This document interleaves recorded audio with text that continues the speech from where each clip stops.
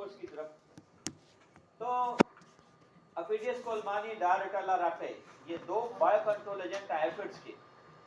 और इसी तरह trichogramma that is the egg parasite of many lepidoptera insects. ये आपको स्लाइड्स भी मैंने शेयर कर दी हैं। तो इनकी जो फीमेल है ये एग्स को या उसकी डिफरेंट लाइफ स्टेजेस को जो है वो कंट्रोल करती है और उसमें बंद करके, और these are known as entomophagous. What is the difference between predators and parasites या parasites? Predators catch, tear, bite and eat other insects in a single meal. एक ही मील में फौरन खा जाते हैं, जैसे ड्रैगन फ्लाई है, लेडीबर्ड बीटल है। पैरासाइट्स क्या है या पैरासाइट्स क्या है?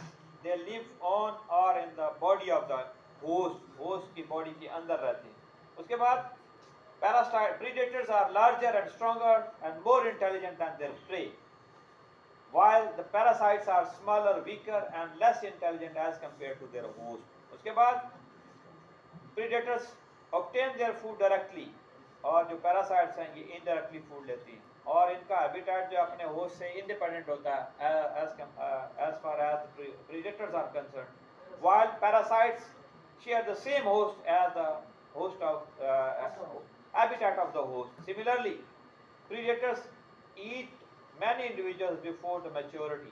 मैच्योर होने से पहले बहुत सारे इंडिविजुअल्स को, ये ड्रैगन फ्लाइज, डंकर फ्लाइज को देखें तो अपनी इमेच्योर स्टेज से ये फीडिंग शुरू करते हैं और एडल्ट बनने तक बहुत कुछ खा चुकी होती हैं। While parasites feed on a single individual till the maturity, लेकिन जो डेवलपिंग लार्वी है पैरासाइट का बॉडी के अंदर एंटर होता है और एडल्ट बनने तक सिर्फ उसी के फ्लूइड्स को खा सकता है, इसके अलावा वो जो है कुछ नहीं कर पाता।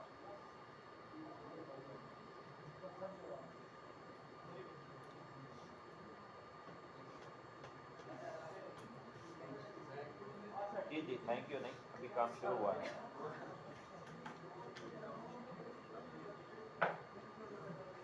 सर ये प्रैक्टिकल में सारा लिखना है मिट्स वाले में? नहीं। Use of natural enemies to reduce the pest population to a level where economic losses are either eliminated or suppressed. जहाँ पे आपकी क्रॉप को लॉसेस जो है कम से कम हो, इस लेवल पे नेचुरल एनिमीज को यूटिलाइज करें और पेस्ट पॉपुलेशन को कंट्रोल कर लें। उसमें हम लोग क्या करते हैं, non purposeful manipulation, natural control, weather, food, इसको भी एडजस्ट किया जाता है। Sometime temperature, humidity, light sources को लेबोरेटरी के अंदर हम लोग मैनेज कर देते हैं। और इस तरह पर्पसफुल मैनिपुलेशन क्या है कि हम बायोलॉजिकल कंट्रोल एजेंट्स को रिलीज करते हैं, इंपोर्ट एक्सपोर्ट करते हैं या उसकी मास ट्रेनिंग करके फील्ड में छोड़ देते हैं ताकि हमारे पेस्ट कंट्रोल हो जाएं। और उसमें क्या क्या गोल्स क्या होते हैं बायोलॉजिकल कंट्रोल में? Establish the sustainable system for introduction, कि हम एक निज़ाम बना लें कि बार बार नेचुरल एनिमीज हमें रिलीज ना करने पड़े और बार बार इंट्रोड्यूस ना करने पड़े और ये खुद ब खुद पलते रहें। इसके लिए हम लोग दरख्त लगाते हैं, हम क्रॉप्स ऐसी लगाते हैं। उस दिन बीट क्रॉप देखी थी, उसमें जो है वो लाइन्स लगी हुई थी। किसकी लाइन्स थी? ब्रासिका की। और ब्रासिका के ऊपर जो है एफिड्स थी और एफिड्स के ऊपर जो है नेचुरल एनिमीज पल रहे होते हैं और आपकी बीट के जो पेस्ट हैं उनको मैनेज करते हैं। सप्रेस द पेस्ट, पेस्ट को कंट्रोल करना होता है। पेस्ट की पॉपुलेशन को हमने एक लेवल से नीचे, इकोनॉमिक इंजरी लेवल से नीचे नीचे रखते हैं। उसके बाद हमारे पास बायो कंट्रोल एजेंट्स कौन कौन से हैं? इनवर्टिब्रेट्स में हमारे पास इंसेक्ट्स हैं, बैक्टीरिया, फंजाई एंड निमाटोड्स, और वर्टिब्रेट्स में जो है reptiles, amphibians, fish and birds. उसमें पैरासाइट्स हैं। What are parasites? अभी मैंने आपको पढ़ाया, an organism that which at one time जो है ये मैनेज करता है उस पेस्ट को, and other lives on the body of the host where they may or may not kill the host until its complete development. और sometime ये parasite जो है लाजमी नहीं अपने होस्ट को किल भी करें। आपके सरों में जुएं पड़ती हैं तो वो भी पैरासाइट्स, ब्लड वो फीड करते हैं आपके हेड में, वो चलते रहते हैं बट आपको किल नहीं करते। तो पैरासाइट्स या पैरासाइट्स के केस में लाजमी नहीं है कि वो किल भी करें। पैरासाइट के केस में parasite always kill the host, parasite जो है वो किल नहीं करता। पैरासाइट क्या है? An organism which completes it's life cycle on the host and kill it's, और इस अपने होस्ट को ये किल भी कर देता है। Parasites are parasitic in immature stages और these are free living at the adult stage. Predators क्या है? ये तीन टाइप के होते हैं, मोनोफेगस, ओलिगोफेगस एंड पॉलीफेगस। अगर होस्ट एक है, एक पे फीड करते हैं तो उनको मोनोफेगस कहते हैं, दो है तो ओलिगोफेगस और दो से ज़्यादा है तो पॉलीफेगस। और ये हमेशा जो है ये फ्री लिविंग होते हैं। उसके बाद पैथोजेंस है, fungi, bacteria, viruses, protozoan, these are micro organism, ये भी बायो कंट्रोल एजेंट्स में हैं।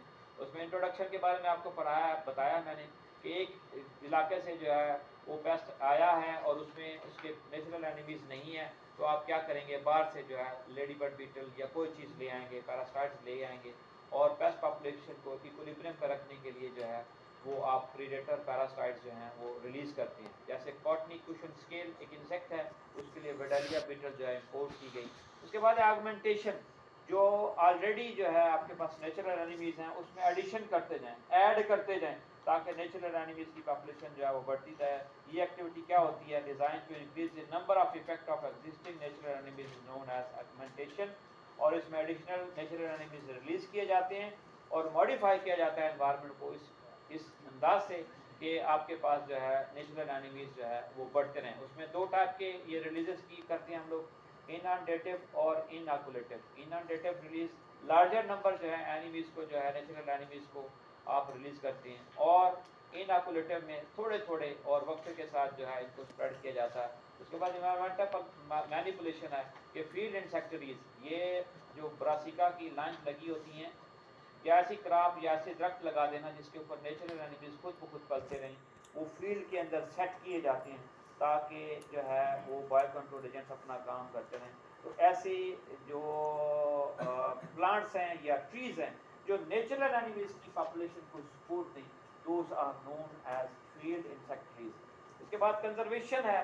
कंजर्वेशन क्या है, जो आपके नेचुरल एनिमीज हैं उनको कंजर्व करने के लिए वो फैक्टर्स इंक्रीज करना कि जो उनकी पॉपुलेशन को रिड्यूस होने से बचाएं, इंसेक्टिसाइड का इस्तेमाल कम से कम करें, एनवायरमेंटल पोल्यूशन को रिड्यूस कर दें, तो नेचुरल एनिमीज आपके रिजर्व होते रहें। वो प्लांट्स लगाएं, वो ट्रीज लगाएं, वो क्रॉप्स लगाएं जिसके ऊपर नेचुरल एनिमीज फलते रहें।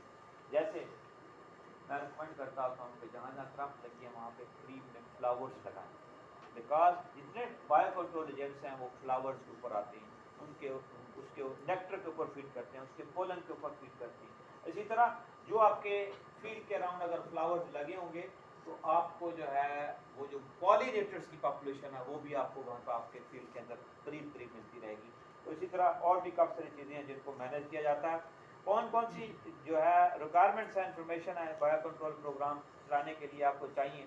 Life history of the paste and bio control agent, जो आपका पेस्ट है उसकी लाइफ हिस्ट्री आपको पता हो और बायो कंट्रोल एजेंट्स की हिस्ट्री भी पता हो। Physical environment, temperature, humidity, light, वो भी आपको पता हो। रेगुलेटिंग फैक्टर दोनों को, पेस्ट के भी और नेचुरल एनिमीज के, उसके बारे में आपको जो है ये इंफॉर्मेशन होनी चाहिए। एडवांटेजेस क्या है बायोलॉजिकल कंट्रोल प्रोग्राम के, कि ये जो नेचुरल एनिमीज हैं लॉन्ग टर्म बेसिस के ऊपर आपको बेनिफिट देते रहते हैं, आपके एनवायरनमेंट के लिए ये सेफ होती हैं एज़ कम्पेयर टू इंसेक्टिसाइड। उसके बाद इनको इस्तेमाल करना ईजी है, आपने जाके ट्राइकोग्रामा कार्ड लगानी है और छोड़ देना है, कोई उसमें मशीनरी नहीं लगानी। लेकिन डिसएडवांटेजेस क्या हैं, ये लॉन्ग टर्म जो है इसको चाहिए काम करने के लिए, इंसेक्टिसाइड फौरन से स्प्रे करें कस्ट कंट्रोल हो जाता, लेकिन नेचुरल एनिमीज टाइम लेते हैं स्प्रेड होने में, आपके कस्ट को कंट्रोल करने में, ये इसका डिसएडवांटेज है। Need other method in collaboration, आप इंसेक्टिसाइड को कोलैबोरेट नहीं करवाएंगे तो आपके ये पेस्ट की पॉपुलेशन बढ़ती जाएगी। Affected equally by the environmental factors, जैसे पेस्ट के ऊपर टेम्परेचर, ह्यूमिडिटी, लाइट और रेनफॉल का इफेक्ट आ रहा होता है, उसी तरह के ये भी ऑर्गेनिजम्स हैं, इंसेक्ट्स हैं, तो उनके इनकी पॉपुलेशन के ऊपर भी टेम्परेचर, ह्यूमिडिटी, लाइट और रेनफॉल का सेम इफेक्ट आ रहा होता है, तो इसलिए ये डिसएडवांटेज है इनका।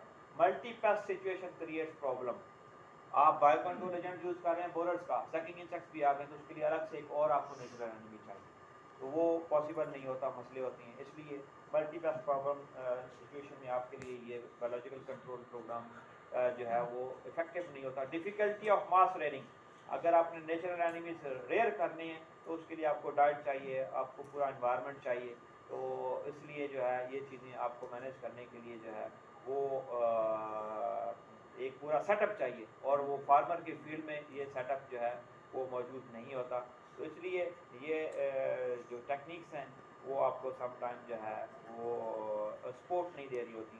तो उसके लिए बेहतर यही है कि हम जो है एक और कंट्रोल मैयर है जिसको हम लोग बोलते हैं फिजिकल कंट्रोल मैयर, उसको हम लोग जो है एक्सरसाइज करें और उसको भी पढ़ें।